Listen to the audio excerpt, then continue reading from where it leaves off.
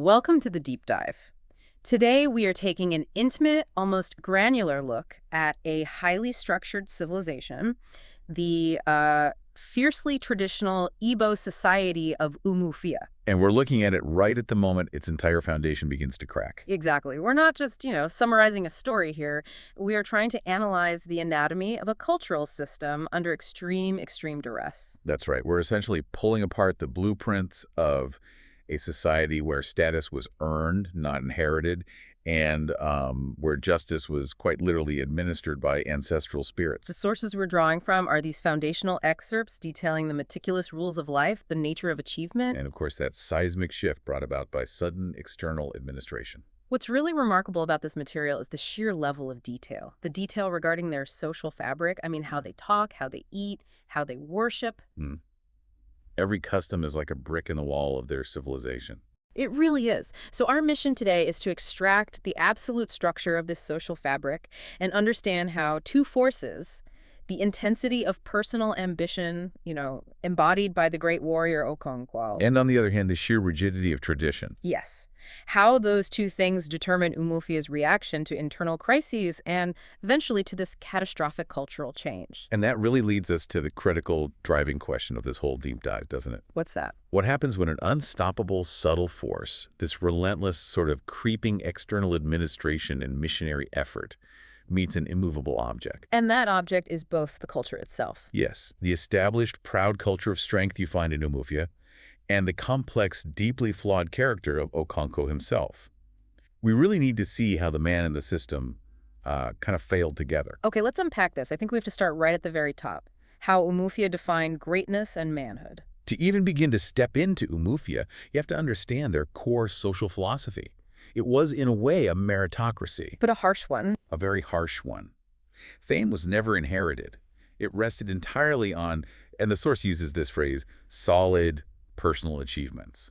If you wanted status, you had to build it from the ground up, literally. And the legend of Okonkwo is the perfect origin story for that. It's the meritocracy in its purest, most violent form. He wasn't born into prestige at all. No, he became a legend. His fame spread through the 9 villages and, far beyond. And it was all founded on this one single event when he was just 18. The wrestling match. It's a wrestling match where he threw Amelin's the cat. And Amelin's wasn't just some local champion, right? He was a legend in his own right. Absolutely. Unbeaten for 7 years. They call him the cat because of this almost supernatural agility that meant his back had never, not once, touched the earth. The sources really emphasize how momentous this contest was. It wasn't just like a sporting event. No, it was a cultural touchstone. The old men were comparing its fierceness to their own foundational myth. The time the town's founder wrestled a spirit of the wild for 7 days and 7 nights. So this is on that level of importance. It is. The sensory details in the text are incredible. You can almost hear the drums beating, the flutes singing. You can feel the sheer physical effort muscles stretched to breaking point. And when Okonkwo won, his fame just exploded. The text says it grew like a bushfire in the harmattan. It's such a great image. That one immediate visible conquest established him for life. Or, so he thought. And that single feat became the foundation for everything else he built. His whole empire, really. He was described as tall and huge with this severe, almost perpetually angry look. And his achievements, they were quantifiable. Right, they could be counted. Exactly. He was a wealthy farmer with 2 massive barns full of yams. He'd accumulated 3 wives, and he'd already taken 2 titles, which was impressive, though he was always seeking the highest levels of the clan hierarchy. And then there's the ultimate marker of his fierce masculinity. The warrior aspect. Yeah, he was a proven warrior, had shown incredible prowess in 2 intertribal wars, bringing home 5 human heads in his lifetime. And that chilling detail, the fact that he would drink his palm wine from his first human head on great occasions. It shows these weren't men who just talked about war. They internalized its violence completely. And what really stands out here is the social metric. While age, certainly commanded respect, the proverb they use reveals the true engine of their society. Achievement was revered. Absolutely. Achievement was revered. And that proverb is so iconic. If a child washed his hands, he could eat with kings. Just think about the power in that statement. That means your destiny isn't chained to your parent's success or, their failure. Your own success was your ticket, your only ticket to the highest echelons of prestige. But this glorious engine of ambition, at least in Okonkwo's case, it was driven by a really powerful negative force. Which brings us to the complete failure of his father, Unoka. Right. Okonkwo's entire adult life was fundamentally fueled by hatred and this deep, abiding shame that stemmed from Unoka's absolute lack of achievement. Unoka was the total antithesis of the Umuofia code. Completely. He was perpetually idle, he lacked the discipline for farming, and he was constantly in debt. The sources give us these specific, really painful examples. Like the one with his friend Okoye. Exactly, owing him 200 cowries for 2 years. And when Okoye finally, very delicately, asks for it back, Unoka just laughs. He just laughs and points to the marks on his wall, showing he owed far more to other people. The man was just drowning in financial dishonor. There was no sense of shame about it. And on top of that, he was a physical coward. He couldn't bear the sight of blood. So Okonkwo, the man who drinks from human skulls, grew up watching a father who was terrified of war. But here's where the portrait of Unoka gets a bit more complex, right? He wasn't just a purely bad person. No, not at all. He was a poet and a musician. He was an artist. He loved music. He played the flute. And the text says when it was combined with the other instruments, the ekwe, the udu, the ojin, the overall effect was often cheerful. But, and this is the key detail, if you listened only to the flute, you heard sorrow and grief. So he was a man defined by emotion, by sensitivity, by artistry, all the things Umuofia, and especially Okonkwo, labeled as weak. And the consequence of that life was a truly humiliating death. Yeah. He died of the swelling of disease they considered an abomination against the earth goddess. Which meant no proper burial. None. Because of the disease, he had to be carried to the evil forest, which was basically the dumping ground for anything undesirable, and he was just left there to rot. Without any of the proper burial rituals. And his only companion in that final disgrace was his flute. So the inheritance Okonkwo received was literally nothing. Zero. No barn, no title, not even a few CDMs to start with. Yeah. He had to rely on the generosity of a wealthy neighbor to even begin farming. Which means Okonkwo lived under this perpetual existential pressure, this constant fear of resembling his father. And that fear crystallized in a single word. Agbala. Agbala. The term means woman, but also, very specifically, a man who had taken no title. So for Okonkwo, his entire internal motivation was driven by the terror of being categorized as a failure, as effeminate. And this intense fear made sure he hated everything Unoka represented. Gentleness, idleness, and any kind of emotional expression. This link between the failure of the father and the extreme, violent masculinity of the son is just crucial for understanding everything that comes later. Absolutely. All of his tragic decisions. And in a culture with this much tension around achievement and status, you'd need an equally sophisticated system of communication to manage it all. Right? You couldn't just be blunt. No, you couldn't. Which brings us to the art of communication and their social rituals. The Igbo esteemed conversation so highly. That they had that magnificent proverb. Proverbs are the palm oil with which words are eaten. It's just a beautiful phrase. It's diplomacy through indirection. Palm oil makes the yam easier to swallow. Proverbs make difficult truths or requests palatable. And we see it in action, don't we, when Okoye goes to Unoka for his debt. Yes, he spends several minutes using these elaborate analogies about life and prestige before he finally, so delicately, raises the actual subject of the money. It preserves dignity. It ensures the whole thing doesn't just immediately dissolve into shouting. And the kola nut ceremony is another cornerstone of that social bonding. He who brings kola brings life. It's never just a snack. No, it's highly ritualized. It's the mandatory opening to any important conversation. There's a specific, often a sort of playful argument over who gets the honor of breaking the nut. And the process itself involves praying to ancestors. Right. For life, health, protection. Yes, and marking the floor with chalk. It's a sacred bond that signifies relationship and shared respect, regardless of your rank, though, of course, rank dictates whose honor it is to break the nut in the first place. And these rituals tied directly back into that status game. Taking titles like the Idemili, the third highest, that was incredibly resource-intensive. We have to realize the economics of this. Achieving a title wasn't just about getting recognition. It was about demonstrating massive wealth and having the social network required to sustain that wealth. Okonkwo's ambition later on was focused on taking all 4 titles of the clan. He wanted to be a lord of the land. But here's a really subtle layer of complexity that shows how interwoven their law and status were. The titles themselves impose strict rules on you. Like what? Well, a man who held the Ozo title, for example, was forbidden from climbing the tall palm trees for tapping. Wait, why? Tapping palm wine is a pretty essential everyday function. It is, but the title elevates the man so far above that kind of mundane, physically strenuous labor that it becomes taboo. It's an act of respect for the titled body itself. So Okonkwo, even though he was this fierce worker, he had to hire a tapper for his tall trees. Exactly. And his friend, Obiarika, he jokes about this. He compares it to a man who won't cut dog meat because it's taboo, but then offers to use his teeth instead. So these aren't just arbitrary rules, they are markers that define the hierarchy and bind the elite to a certain codified behavior. Precisely. It's a fascinating constraint on the highly achieved individual. Okay, let's pivot from that individual status to how the entire system was maintained, the law and the justice that kept Umuofia functioning. When a crisis struck, Umuofia needed immediate coordinated action. And their method of communication reflects the seriousness and the efficiency of their command structure. The town crier was like the central nervous system. It was. He used the ogene, which is this booming hollow metal instrument, to just pierce the night. And when there was an emergency, the tone itself changed. His voice, combined with the ogene, carried a clear overtone of tragedy that you could instantly discern from, say, a routine announcement about a meeting. And the assembly that resulted was massive.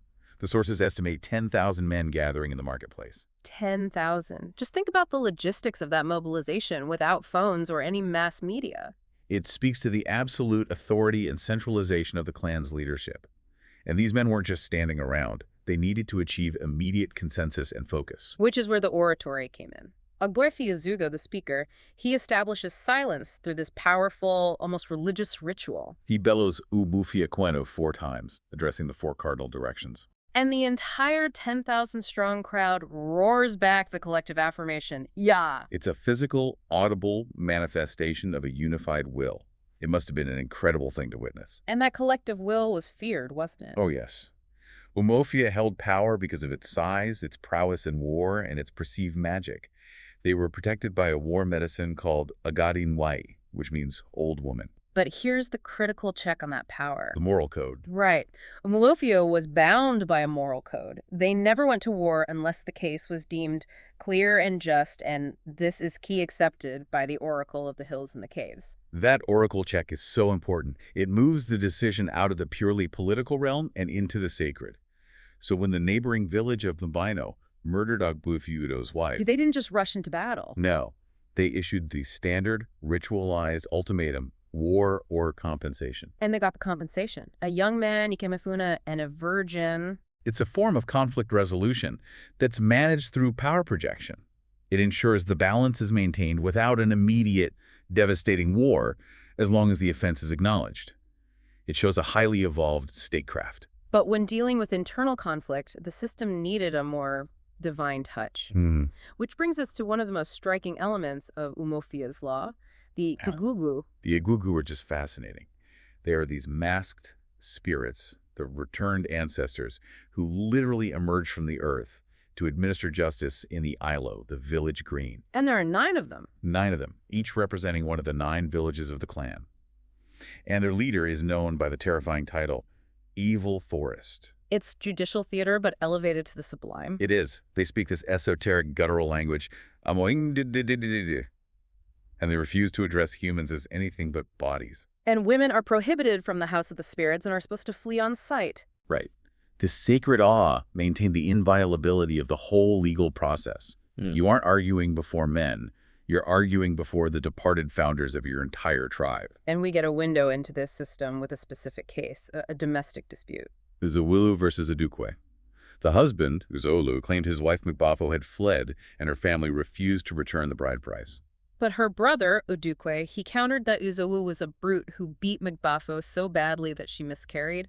She only fled to save her life. And the Egwugwu leader, Evil Forest, he confirms that the neighbors had witnessed the abuse. And he rules that Uzolu has to bring wine and beg his wife to return. But the judgment itself is what's so interesting. It's not just a legal ruling. It's a moral statement wrapped in ancestral authority. Absolutely. Evil Forest ruled, and this is a direct quote, "It is not bravery when a man fights with a woman.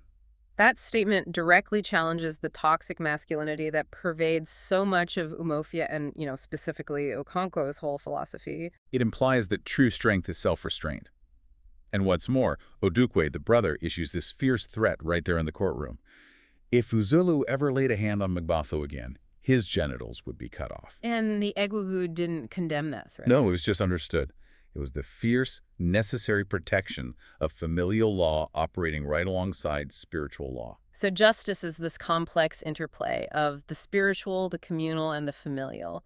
But overriding all of this, the clan's survival relied on respecting the ultimate source of life, the earth goddess, Ani. Ani was the bedrock of their existence, the owner of all land, the source of all fertility, and the ultimate judge of morality. And this is where Okonkwo's impetuous nature first seriously clashes with the cosmic order. It's the first real sign that his personal achievement does not exempt him from the law. The week of peace, and so Ani. Right. It was instituted before planting, and it required peaceful relations with all your neighbors to ensure Ani's blessing. Without her, the crops would fail and the clan would starve. Simple as that. And Okonkwo, driven by his perpetual fury and impatience, he commits a severe transgression. He beat his youngest wife, Ojiugo. He beat her heavily for returning late after going to plait her hair, and he forgot entirely that it was the sacred week. The sources stress this point about him. He was not a man to stop beating someone halfway through, even when reminded of the law. His anger was just too powerful. And the consequence was immediate and very public. Yes. Iziani, the priest of Ani, arrived at his compound and demanded specific, highly ritualized reparations. A she-goat, a hen, a link of cloth, and 100 cowries. This wasn't a fine for the government. This was an urgent act of ritual cleansing. If he failed to cleanse the land of this pollution, the goddess might refuse her increase and ruin the entire clan's harvest. It was a matter of life and death for everyone. And here's the link back to Okonkwo's personal hubris. The sources note that this incident solidified an opinion among some of the clansmen. He had no respect for the gods. Exactly. That his achievement had gone to his head. His enemies claimed he was like the little bird Dzinza who, after a heavy meal, forgot himself and challenged his own personal god, his chi. So his incredible success was starting to make him culturally reckless. He was beginning to believe the rules didn't apply to him. And that tension between the relentless desire for individual status and the necessary humility required for cosmic harmony, that's the first major crack we see in the foundation of Umuofia, isn't it? It is, a crack that will only tragically whiten. The tragedy of Ikemefuna. This feels like the real turning point, where Okonkwo's internal psychological conflict manifests in a fatal outward action. One that separates him permanently from his community and from his own family. So the boy, Ikemefuna, he was handed over as compensation by Mbino, and he lived in Okonkwo's household for 3 years. And he became fully integrated into the family. He was like an older brother to Okonkwo's own son, Unwoye. The text says he kindled a new fire in Woye. And what was this new fire? It was the spirit of aggressive, visible masculinity that Okonkwo approved of. He made Wahe focus on masculine tasks like splitting wood and feigning annoyance at women's stories just to please his terrifying father. So this whole setup is designed to highlight Okonkwo's profound psychological struggle. The sources are very clear that he became very fond of the boy, inwardly, of course. Inwardly, of course, is such a telling phrase. He treated him like a son. He let Ikemefuna call him father and took him to public meetings. But he just couldn't show it. Why not? Because showing affection was, in his world, a dangerous sign of weakness. It was a slip toward his father Unoka's effeminate idleness. Strength, control, emotional distance, those are the only things Okonkwo would allow himself to demonstrate publicly. He was performing masculinity constantly, even in his own home. All the time. But then the hammer falls. The Umuofia elders, acting on the oracle's pronouncement, decide Ikemefuna must be killed. And this isn't revenge, it's an act of ritual purification. But it puts Okonkwo in this impossible position between his public duty and his private, suppressed love. And the community even tries to give him an out. The great warrior, Umuofia Zoidu, he visits Okonkwo to deliver this chilling personal warning. That boy calls you father. Do not bear hand in his death. This is the community, through its most respected elder, setting a clear moral boundary.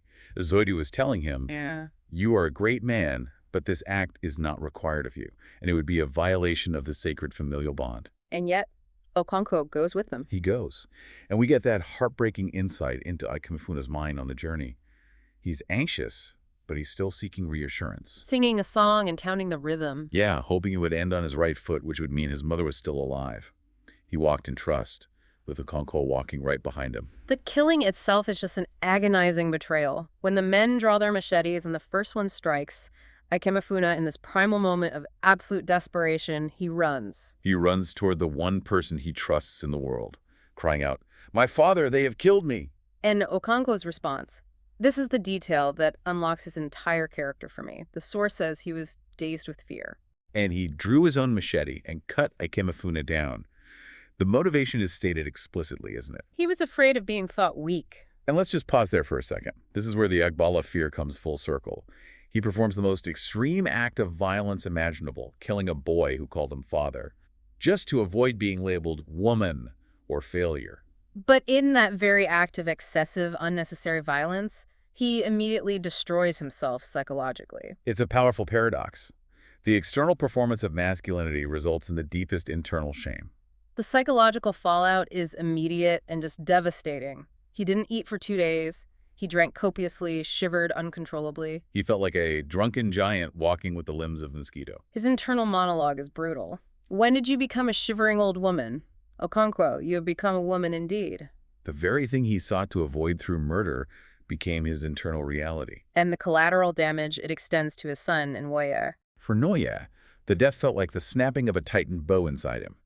And the text connects it to an identical chilling feeling he'd had years earlier. When he heard the faint cry of an infant abandoned in the forest, the twins thrown away. Yes.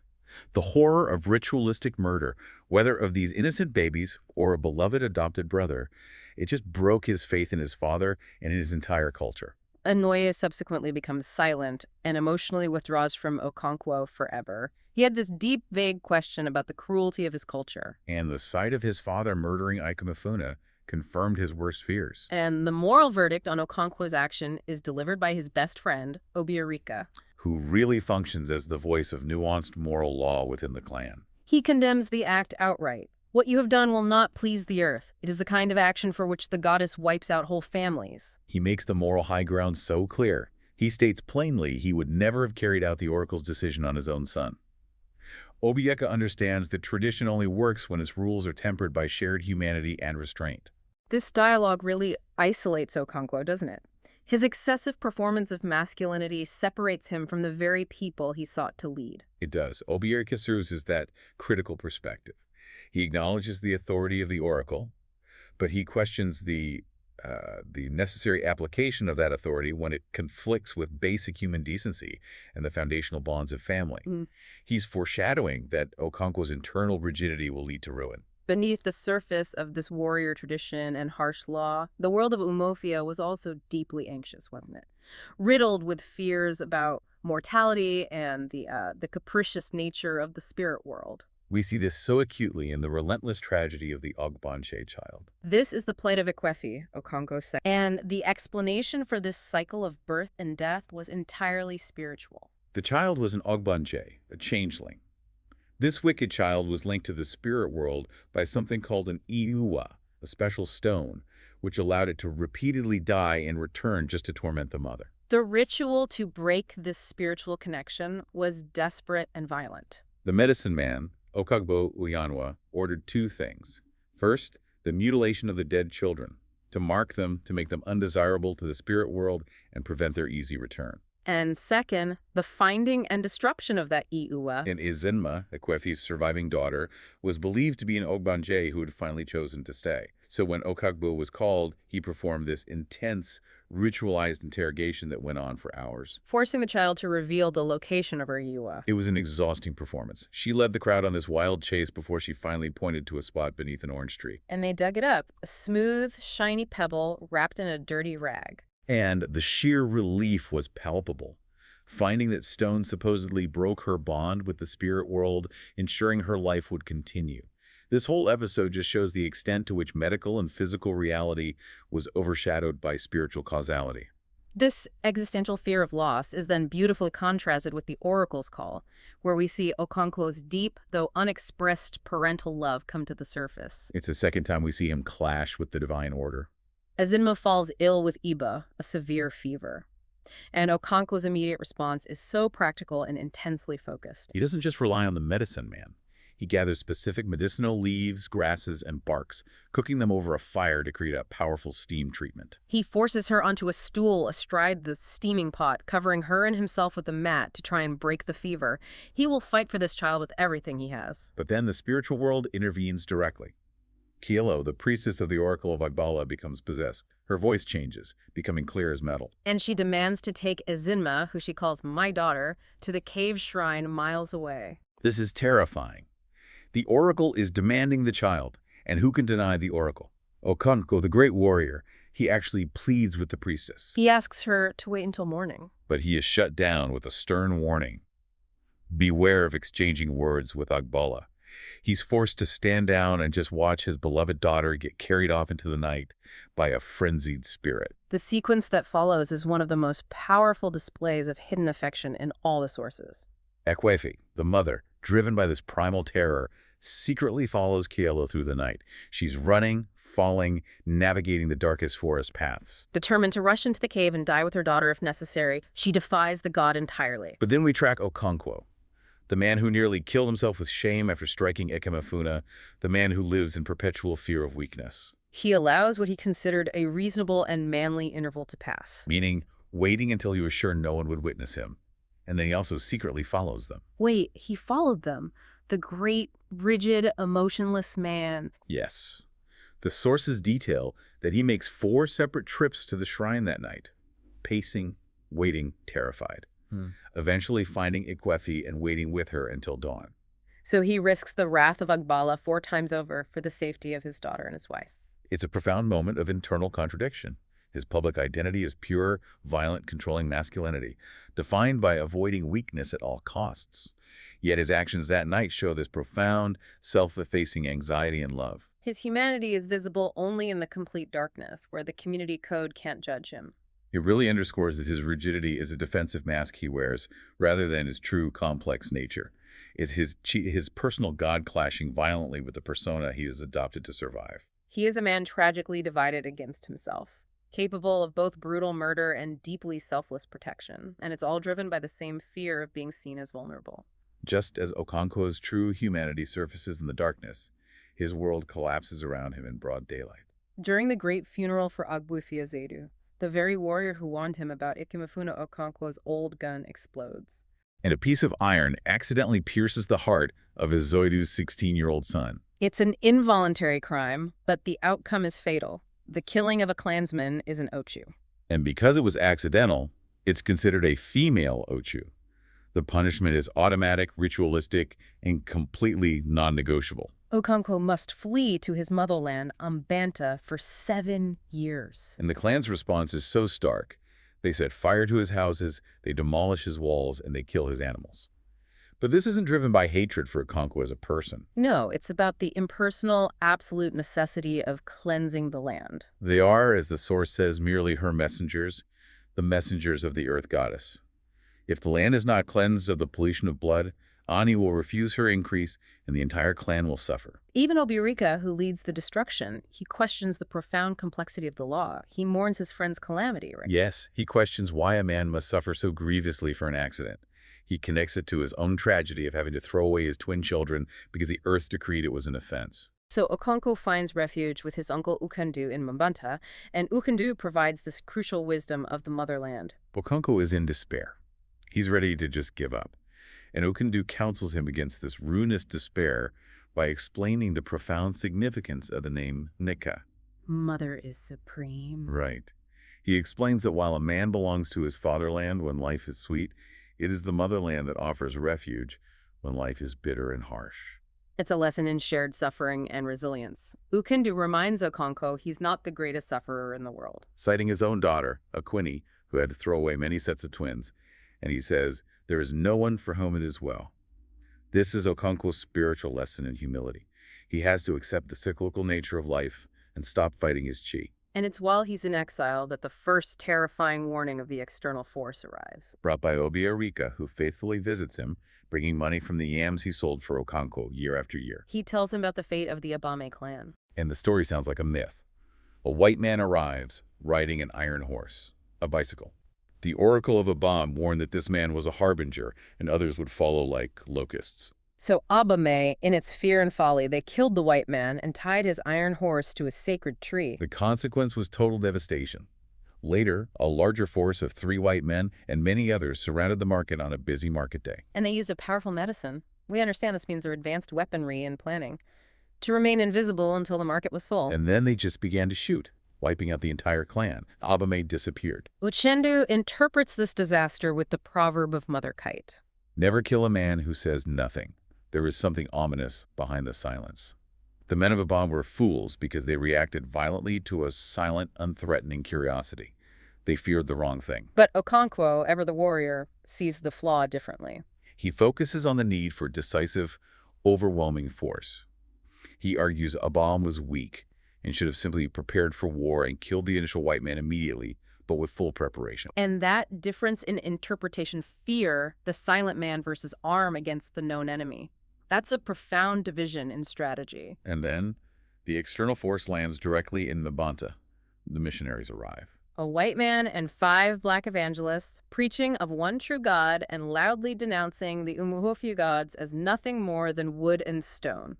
And the Mbanta clan, confident in their cultural superiority, they give the missionaries a plot of land in the evil forest. Which is the designated dumping ground for abominations. Exactly.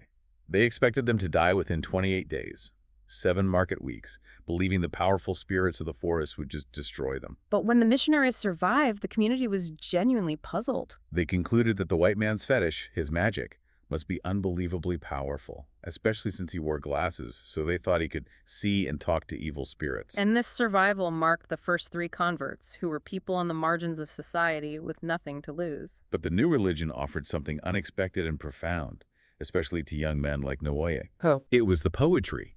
Noye wasn't captivated by the logic of the Trinity, which he found incomprehensible, but by the poetry of the new religion. Specifically, the hymn about brothers who lived in darkness and in fear. This poetry provided the answer to that vague and persistent question that haunted him. The guilt surrounding the crying twins thrown into the bush, and the fresh, raw horror of Akemafuna's murder. The new faith offered relief, a way out of the merciless cycle of his father's world. When Okonkwo's cousin reports seeing Nwoye among the Christians, Okonkwo's fury just erupts. He beats Nwoye savagely, and Nwoye then leaves immediately to attend the white man's school in Amuru, linking his destiny directly to the new educational and administrative order. And Okonkwo is left in his hut, completely defeated. He blames his chief for cursing him with such a soft, worthless son. And he realizes the abomination. Nwoye is acting like Unoka, joining a gang of effeminate men clucking like old hens. Okonkwo, who was called the Roaring Flame, he concludes the tragedy of his lineage. Living fire begets cold, impotent ash. He sees the failure of his son as the ultimate failure of his own extreme masculinity. So Okonkwo's 7 years of exile are finally completed, and he returns to Umuofia, hoping to restore his lost status. But the clan he knew has been fundamentally changed. It's been absorbed almost without a fight. The genius of the colonial invasion was its initial subtlety, at least under the first missionary, Mr. Brown. We have to detail his strategy because it was so crucial. He trod softly on its faith. He avoided frontal attacks. He sought to understand, not just condemn. Right. He learned about the Igbo religion through these respectful, prolonged discussions with great men like Akuna. And in these conversations, Akuna explained that they called the supreme god Chukwu, and they viewed their minor gods, like Ani, as messengers, like a king's servants. Or, and this is the crucial part, like the district commissioner's own messengers, the Katma. That is just profound. Mr. Brown used their own cultural analogies, even the symbols of the new administration, to bridge the theological gap. He didn't say, your gods are false. He said, your messengers serve our supreme God. He realized that direct theological attacks would fail, so instead he focused on institutions. A school and a hospital. And his argument was so pragmatic and undeniable. Future leaders will be educated, and if Umuofia fails to send their children, strangers from Umuro will come to rule them. He was using meritocracy against them. This strategy was devastatingly effective because it linked religion directly to social prestige and future power. His school produced court messengers, the Katma, who were derisively nicknamed Ashi Buttocks for their uniform shorts. And clerks very quickly. The white man's medicine, his knowledge, it was swift and working. And the mission grew because it offered a faster, easier pathway to status and authority than the demanding, decades-long path of traditional title-taking. But this peaceful evolution, it all ends when the ailing Mr. Brown is replaced by Mr. Smith. A man who is aggressive, intolerant, and, as the source says, dancing a furious step. Smith despised Brown's moderation. And Smith's zealotry immediately precipitates a major social crisis: the acceptance of the Osu, the taboo outcasts, into the church. The Osu were people dedicated to a god. They were forbidden from marrying the freeborn, and they had to wear long, tangled hair. Accepting them violated ancient law. But Mr. Kiaga, the local teacher, he stood firm. He argued that before God, there is no slave or free. And by accepting the Osu, who had nothing to lose, the church gained these fierce, dedicated converts. He cemented their commitment by ordering them to shave off their hair, defying centuries of ancient restrictive law and providing them with a status and strength they never had before. The conflict escalates to its breaking point when a zealous convert, one of the Osu, kills the royal python. Our father, the emanation of the god of water. This was an unspeakable community-wide crime that demanded blood revenge. And Okonkwo, he sees this as his opportunity to galvanize the men. He calls for the abominable gang to be driven out with whips. He critiques Mbanta as a womanly clan for their hesitation. But the clan elders, they're still fearing the political repercussions of attacking the white man's church, so they choose a compromise. Ostracism. Ostracism. They decided to fight the church through economic and social isolation, arguing it is not our custom to fight for our gods. And this hesitation, this choice of compromise over decisive violence, it just confirms Okonkwo's worst fears. His people had grown soft. The soul of Umuofia was dying. So Okonkwo's personal return to Umuofia after 7 long years is muted and overshadowed. He had planned this magnificent return. But the clan is too preoccupied. The new government, the trade, the church. He calls the men soft like women, and he grieves, realizing his personal striving for status is now basically irrelevant in this new world. The tension finally erupts during the annual ceremony honoring the earth deity when the ancestral spirits emerge as egwugwu. Enoch, the zealous convert, the son of the snake priest, he commits the ultimate crime. He publicly tears off the mask of an egwugwu, which is spiritual murder, an act of sacrilege that tears the veil between the living and the dead. That night, the mother of spirits walked the length and breadth of the clan, weeping for her murdered son. A terrible, chilling sound, never to be heard again, signifying that the very soul of the tribe was mourning its impending death. The response is immediate and traditional. The egwugwu assemble in the marketplace, including the dreaded spirits Otokagu and Ikwensu, and they move like a furious whirlwind. They destroy Enoch's compound with machete and fire, and then they move directly to the church. And the leader, Umuofia, he confronts Mr. Smith. He actually uses Mr. Brown's previous language. He does. He acknowledges they like the predecessor, but he says the shrine must be destroyed because it has bred untold abominations. They leveled the church building entirely. And Okonkwo, who had been speaking so violently in the marketplace, urging this action, he felt almost happy again. He felt Umuofia was regaining its spine. But this moment of triumph is tragically short-lived. The administrative power is faster, more insidious than the cultural power. 3 days later, the district commissioner, the DC, returns and sends a sweet-tongued messenger, inviting 6 leaders, including Okonkwo, to a palaver. A friendly meeting to talk about it like friends. Okonkwo, ever suspicious, he warned the others to be fully armed. But his warning was ignored, deemed excessive for a friendly discussion. And the trap springs instantly. The moment they arrive, the DC's messengers, the Katma, the Ashy Buttocks, they ambush and handcuff them. The humiliation that follows is a calculated psychological attack designed to break the spiritual and social authority of these leaders. They're imprisoned, starved, deprived of water. Their heads are shaven, which is a profound indignity for titled men. And they're taunted for 3 days by the messengers who mock them for their titles. The DC didn't have to fight them. He only had to imprison and degrade their leaders. And the final insult, the ransom. The clan is ordered to pay 250 bags of cowries for their release. And the clan eventually complies. They pay the money, not just for the men, but for the principal. The new administration had the mechanism to extract obedience not through force of arms, but through bureaucratic humiliation and economic pressure. The people realize they are now subject to the white man's rules and his taxes. So, released, Okonkwo attends the subsequent market meeting. Okika, one of the imprisoned leaders, urges them to fight. But the internal schism is clear. Okika states that the destruction of the clan comes from internal division. If we fight the stranger, we shall hit our brothers.